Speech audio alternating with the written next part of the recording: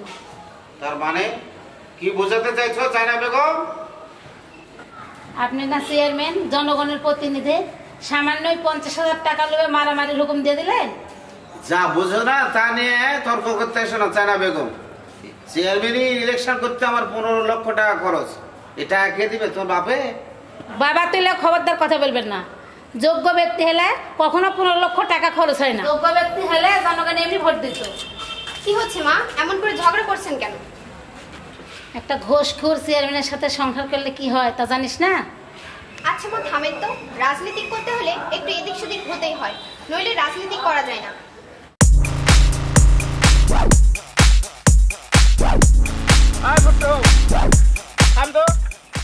আচ্ছা ভোট, আমরা বিপদ আলীর সাথে যে ঘুরি, আমার লাভ কি?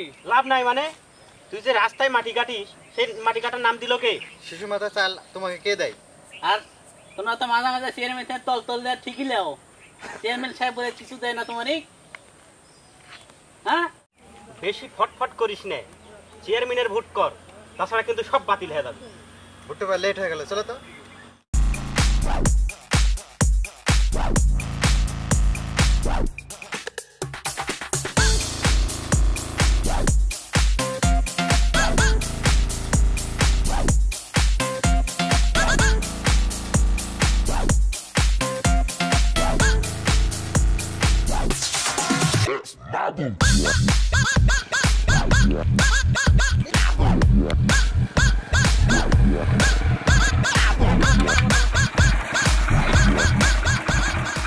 আচ্ছা বলো, তুমি এখন যাও, আমি পরে আসতেছি। আচ্ছা তুমি এটা কি করলে? কি করলাম মানে? এই যে গেদা খেল থেকে তোমার সাথে প্রেম প্রীতি ভালোবাসা আই লাভ ইউ করতেছি, এসবে কি তোমার কাছে কোনো মূল্য নেই? মূল্য আছে বলেই তো তুমি একটা চেয়ারম্যানের মেয়ের সাথে কথা বলার সাহস পাচ্ছ, না হলে এতক্ষণ তোমার 12টা বেজে যেত। তাহলে তুমি আমাকে ছেড়ে চলে আসলে কেন একা? এতকাল ধরে প্রেম প্রীতি ভালোবাসা করে যদি একসাথে আসাই না হয়, তাহলে এর সার্থকতা কোথায়?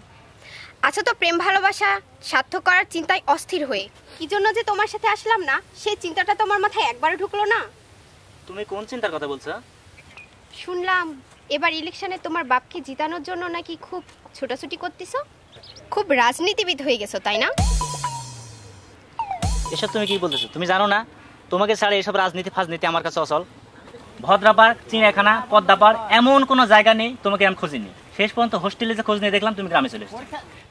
টেনশনে শেষ পরীক্ষাটা পর্যন্ত দিতে পারলাম না। তুমি না আমার সাথে প্রেম প্রীতি ভালোবাসা করতেছো, তাহলে আবার রাগ করছো কেন? ঠিক আছে, ভবিষ্যতে তুমি এরকম আর আমার সাথে করবা না। তাহলে আমাকে একটা কথা দাও। কথা তুমি যতই নাও, দিতে আমি রাজি আছি। তাহলে শোনো, সামনে পরিষদ নির্বাচন, তোমার বাপ তো আবার চেয়ারম্যান হবার জন্য পাগল হয়ে আছে, তুমি আবার তোমার বাপের সাথে যেন পাগল না হও। আমি চাই তুমি এসব নিয়ে মাথা না ঘামে শুধু আমাকে নিয়ে ভাবো। ও এই কথা? আমি ভাবলাম তুমি আমাকে গলায় দড়ি দিতে বলবে, বিষ খেতে বলবে। তা না, তুমি ভালোবাসার পরিমাণটা আরো বাড়াতে বলছো। যাক, ভালোই হলো। এত বড় কঠিন কাজ তোমাকে করতে হবে না, তোমাকে যা বললাম তা পারবে নাকি সেটা বলো। আচ্ছা, আমাকে তোমার কি বিশেষ হচ্ছে না? গত ইলেকশনের কথা তোমার মনে নেই? আমার বাবাকে ভোট দেওয়া বাতিল করে তোমার বাবাকে ভোট দিয়েছিলাম। আচ্ছা যাও, বিশ্বাস অবিশ্বাস পরে দেখা যাবে। ঠিক আছে, গেলাম, বিকেলে দেখাই জানো। বলো থাকার, তোমাকে এবার প্রেম করা শেখাবো।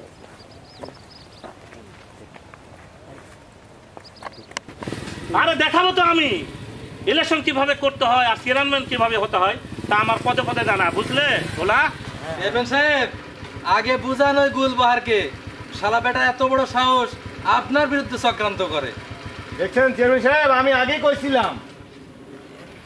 বেটা কত বড় বেয়াদব, আপনি যখন ইলেকশনে হেরলেন হেরার সাথে সাথে বেটা ওই দলে পার হয়ে গেছে। সে একটা যুবকের সাহেব, সে তো বয়স্ক ভাতা কাটার জন্য সে তো চলে গেছে। ওই বেটার যদি আমি ফুটানির 12টা না বাজাই, তাহলে আমার নাম আতর আলী না। বেটার কত বড় সাহস, আমার সামনে আঙুল ঝুঁকে কথা বলে।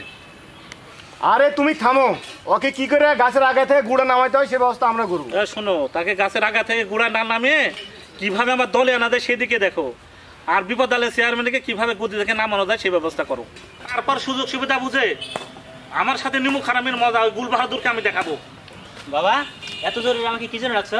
কেন বা তুমি বলে লেখাপড়া বাদ দিয়ে ওই বিপদ আলী মেয়ের সঙ্গে সারা শহর প্রেম করে বেড়াচ্ছ? সামনে আমার ইলেকশন, সে হুশ তোমার নাই? গ্রামে আসা বাদ দিয়ে আমার শত্রুর মেয়ের সঙ্গে প্রেম করে বেড়াচ্ছ? আমি তোমাকে আগেও বলেছি, এখনো বলছি, এসব ইলেকশনের মধ্যে আমি নাই। নাই বললে তো চলবে না। আমার চোখের সামনে বিপদ আলী চেয়ারম্যানগিরি করবে আর আমি দেখবো, এটা অসম্ভব। সেটা তোমার ব্যাপার, এই বিষয়ে আমি তোমাকে কোনোভাবে কোনো সাপোর্ট দিতে পারবো না। এগুলো বিষয়ে আমাকে জড়িয়ে কোনো লাভ নেই। তর্ক করো না, কান খুলে শুনে রাখো। প্রথমবার পরাজয় মেনে নিয়েছি, কিন্তু বারবার আমি মানতে রাজি নয়।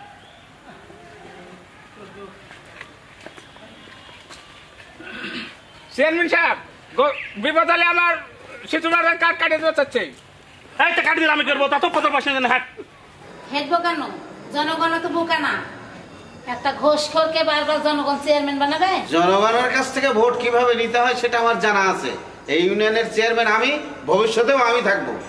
সেই স্বপ্ন দেখায় আপনার সার হবে। আপনি জানতো মা? থাক, তোরাই বাপ বেটি থাক। মা বসতো দেখি, গজগলির ছেলে পর্বতালীর খবর কি?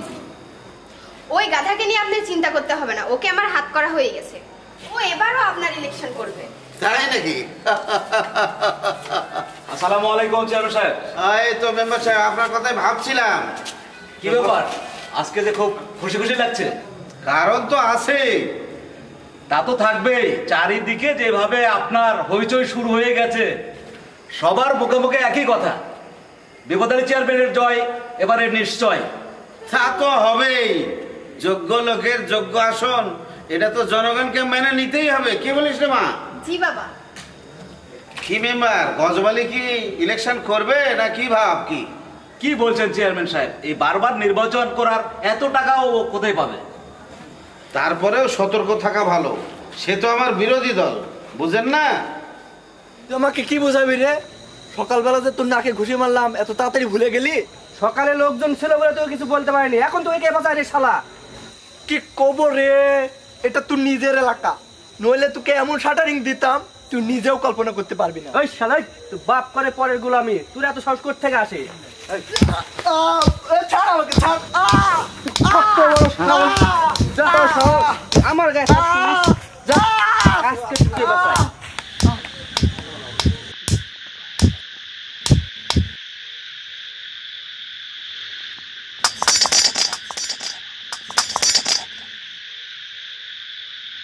খোদার ঘরে নালিশ করতে দিল না আমারে, আহা পুণ্যের বিচার এখন মানুষে করে।